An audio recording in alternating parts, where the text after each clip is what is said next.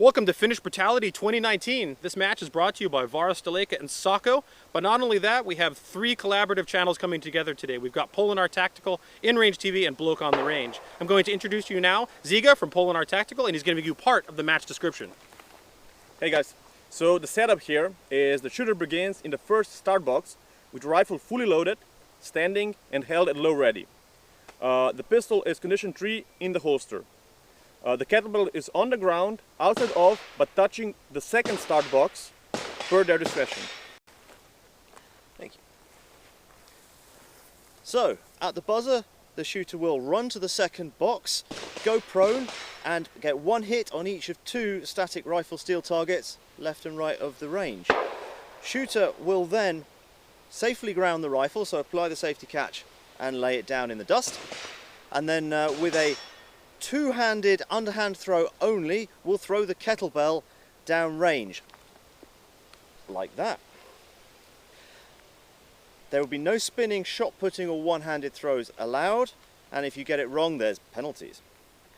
Where the kettlebell lands and stops will be the shooter's next shooting position. They then reacquire their rifle on safe and run down range with it while not violating the 180. They will then go prone within 1 meter of the kettlebell and acquire 1 hit on each static target again. Shooter will then safely ground their rifle and rinse and repeat. There's a series of fault lines, and the shooter will repeat this process until the kettlebell has passed the 50-meter fault line, at which point they will finish from behind the 50-meter fault line with 1 more hit on each static target from prone. They will then empty their rifle and show clear to the range officer and retain the rifle. And at that point the 180 no longer applies. And they will run to the 15-meter cone, draw their pistol and spin the spinner from the 15-meter cone. Carl. The good part, the penalties. So, if you improperly throw the kettlebell, i.e. you don't do it two-handed and underhand, you do something wild like spinning or throwing it like this, that is actually a double. You don't actually get a scoring penalty, but you have to shoot from that position with 1 hit on each rifle steel, then get back up and rethrow the kettlebell. We did that for safety reasons. We found that this is actually not a very good ergonomic thing. If you do not spin the spinner, you will get a single penalty, which is 60 seconds at this match. If you decide not to spin the spinner at all, in some sort of weird gamer fashion, you get a double penalty of 120 seconds. Additionally, for each bonus stick the kettlebell passes, and you successfully engage the rifle targets from, you will get a 10-second bonus.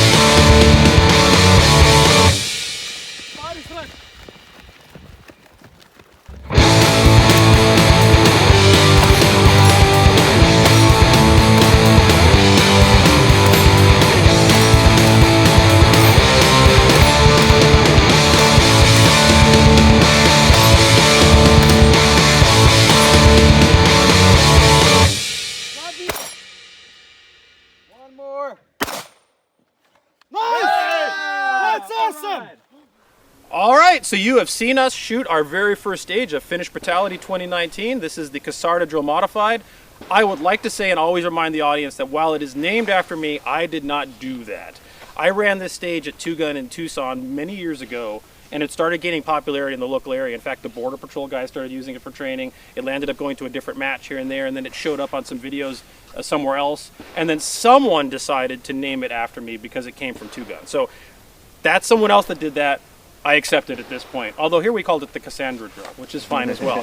But this is kind of modified in that in this one we start from one position, run quite a bit, throw the kettlebell a whole bunch, and then finish with the spinner. I'm going to go ahead and start with my feelings about me. So with the rifle, everything went pretty well. This has a brake on it, not a flash hider. And as you know, if you watch InRange, I am not a fan. I always have issues with dust signature and dust problems. And I thought when I got the gun, these are all borrowed guns coming to Finland. I didn't bring my guns. And I'm like, I saw the brake and I'm like, well, we're in Finland. Won't be a problem. Nope, it was.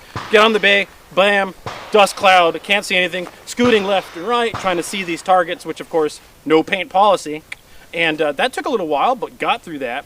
I think my throws were saw. I didn't have a problem with any of that. When I got to the pistol, it's the first time I shot this pistol on the clock, and here's where the excuses come in. Oh, yeah. I didn't quite know where the sights were. It had some modified sights. It's a Glock 17, but with some aftermarket sights. Turns out it shoots kind of center of mass, or even like a 12 o'clock hold.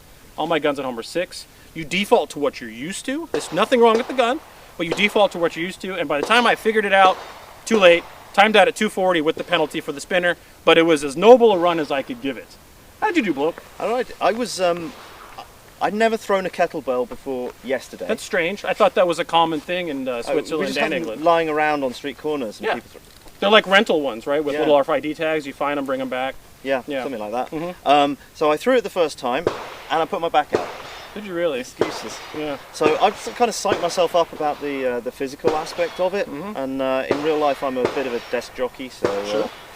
I've done a bit of work trying to put on a little bit of muscle out here, and get on the clock, did the run, pistol, I was paranoid about it falling out, and this was flapping around. I tucked it around the back. This holster has gear discussion already. Yep. Has this thingy on it. I've never used one before. First time I tried it, the pistol wanted to tip out backwards. yeah. And I thought, oh no. That's kind of a DQ problem. Exactly. Yeah. So we just relied on the clip here. So I didn't run quite as fast as I could. First shot goes down the range, dings the plate, sends up like a nuclear test of dust. Mushroom A cloud. mushroom cloud that drifts over the range.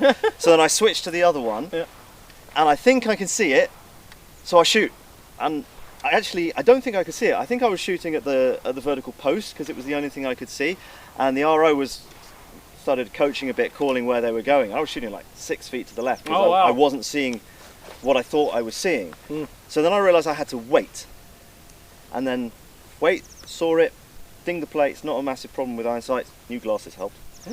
Up, and I thought, oh sod, the kettlebell, and then I did all right. Yeah. It was nowhere near as bad. It's a 20 kilo kettlebell, which is what, 44 pounds in old money.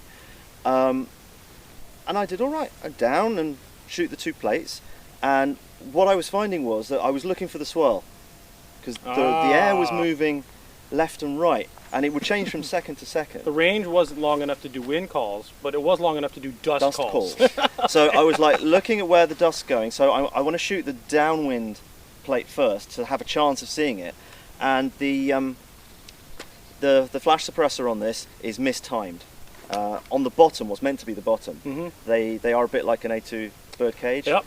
Not as big, but it's mistimed, and so it was just dust everywhere. And because the wind was fluttering, sometimes in the half second it took to make the call, do I go left or right first? You shoot, and then you realise it's changed, and you're stuffed. You literally just got to wait. And I managed to make it the 40 metres to the 50 metre line, and then ran to the end, and I timed out as I got the pistol out of the holster. So I did better than I thought I would do. Yeah. Excellent. That's great. I was really happy. Yeah. So this performed when I could see what I was shooting at. And you're not shooting in TSD armor division, but we were talking about this. You're wearing, what did you say, half a sheep. Like half a sheep. Half or a sheep, something. and you've got your 12 kilos right here in the rifle, so you're kind of like in there by spirit alone. Yeah. One of the things I talk about on InRange a lot is when we shoot historic stuff, these kits weren't designed to hold pistols.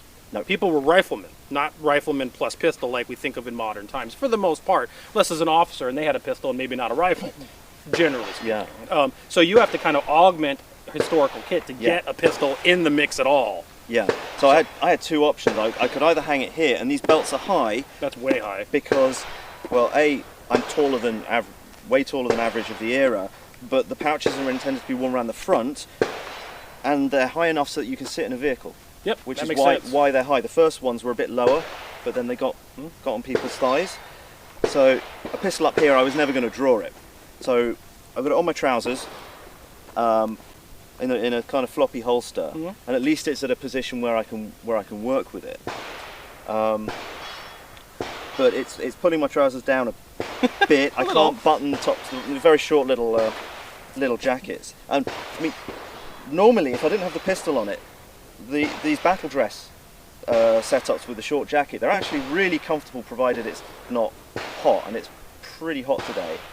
At least it's not the same warmth and synthetic. But my question is, you're carrying 12 kilos in modern gear. I've got, Well, we could dump water on you to cool you off. That'll get you. I'll start steaming. Yeah.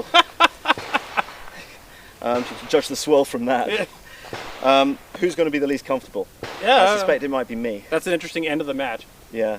Gina's less comfortable. So, Ziga, tell us about how the stage went for you, because as I understand it, and I have to admit, the Slav got it on this one. Yeah. So, in fact, I think you got it Thank for you. the whole squad. Yeah. At this point, it was the best score we've seen. Well, I was really nervous. Never done anything like it. I tried to throw a kettlebell at home a couple of times, but here pretty much my mindset was don't rush it too much. I didn't want to sprint to it too fast, because pretty much you're not getting so much time difference. The most time difference you get, I think, is getting down, shooting, getting up. If you do that quickly, and also if you do like a technical really good throw. I don't know how many throws I did, but at the last one I was about this short. Yeah. I got So my last one over. It rolled over the bar, and I was like, yes! yeah. So I know what I have to train for the next time. But otherwise, my gear worked perfectly. I was a bit afraid that I will lose a couple of mags. I'm using the Kydex holders for the Glock mags, but they worked fine. I didn't lose any of the mags for the rifle. Rifle performed perfectly. I really like the scope. It helped me actually with aiming.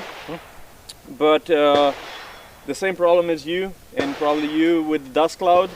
I only had this opportunity that I saw your stages before I went with mine.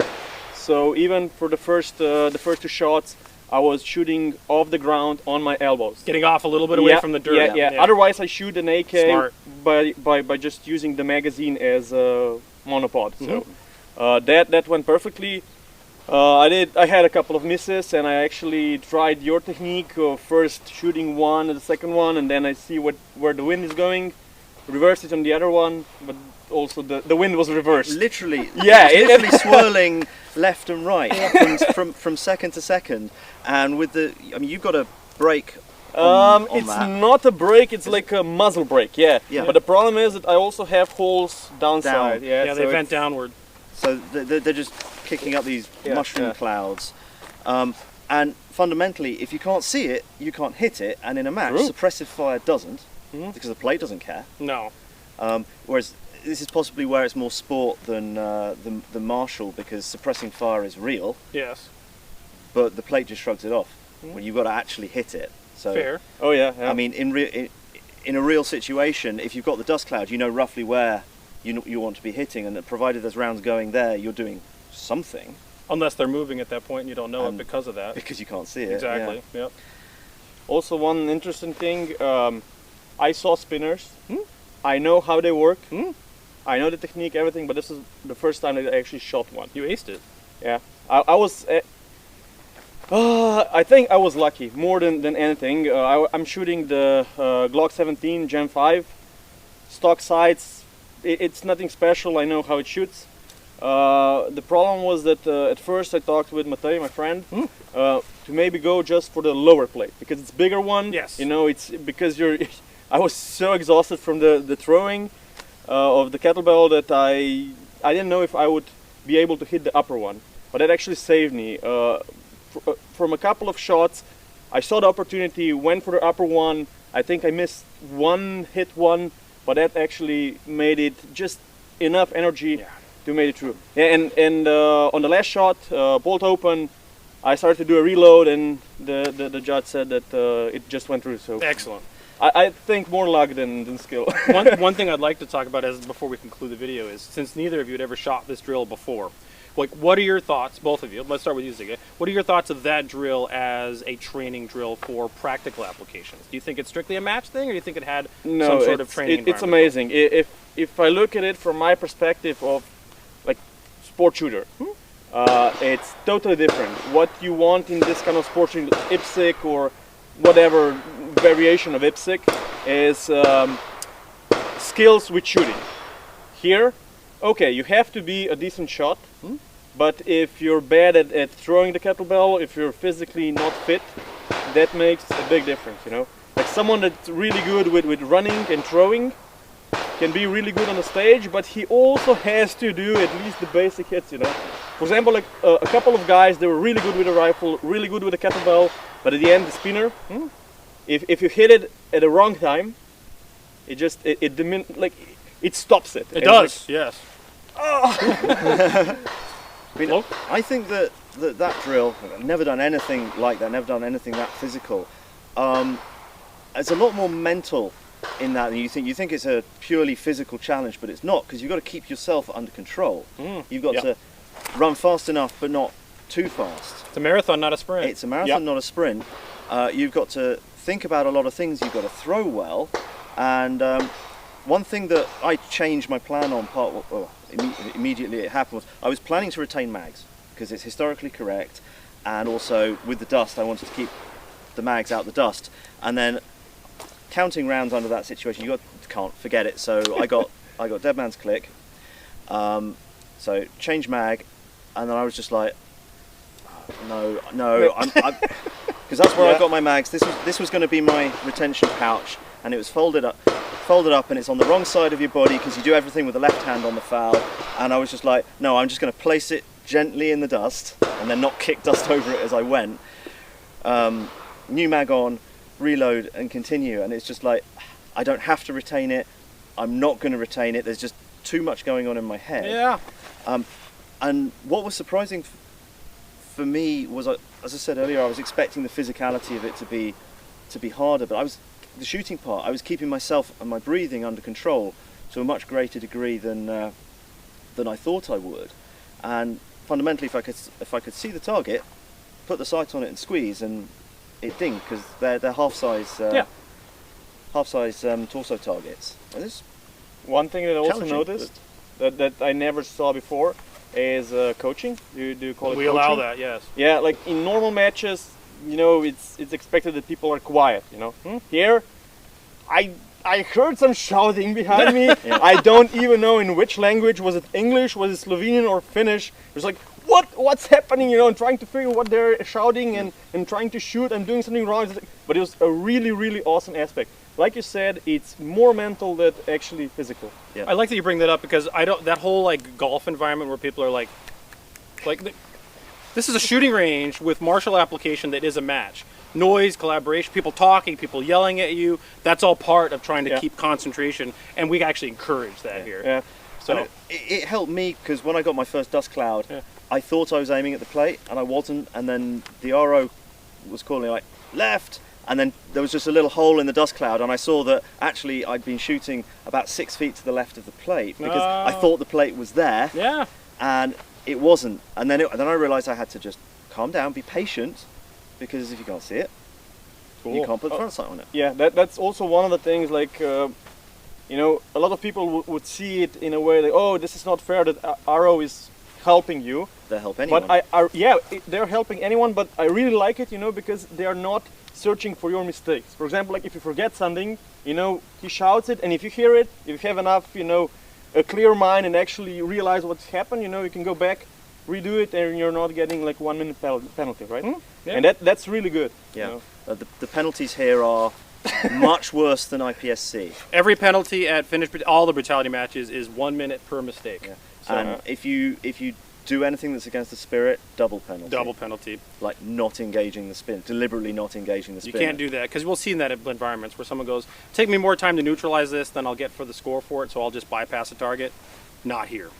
So anyways, this is great. This was our first stage of Finnish Brutality 2019. We're going to bring these videos to all 3 channels, InRange, Bloke on the Range, and Polenar Tactical. So I don't know which of the channels you're watching this on, but when the next one comes out, look at the next channel. We'll all cross-pollinate, and I'd like to thank you for watching, and I'd also like to thank Sako for all the ammunition they provided for us to shoot at this match today. Stay tuned for Stage 2.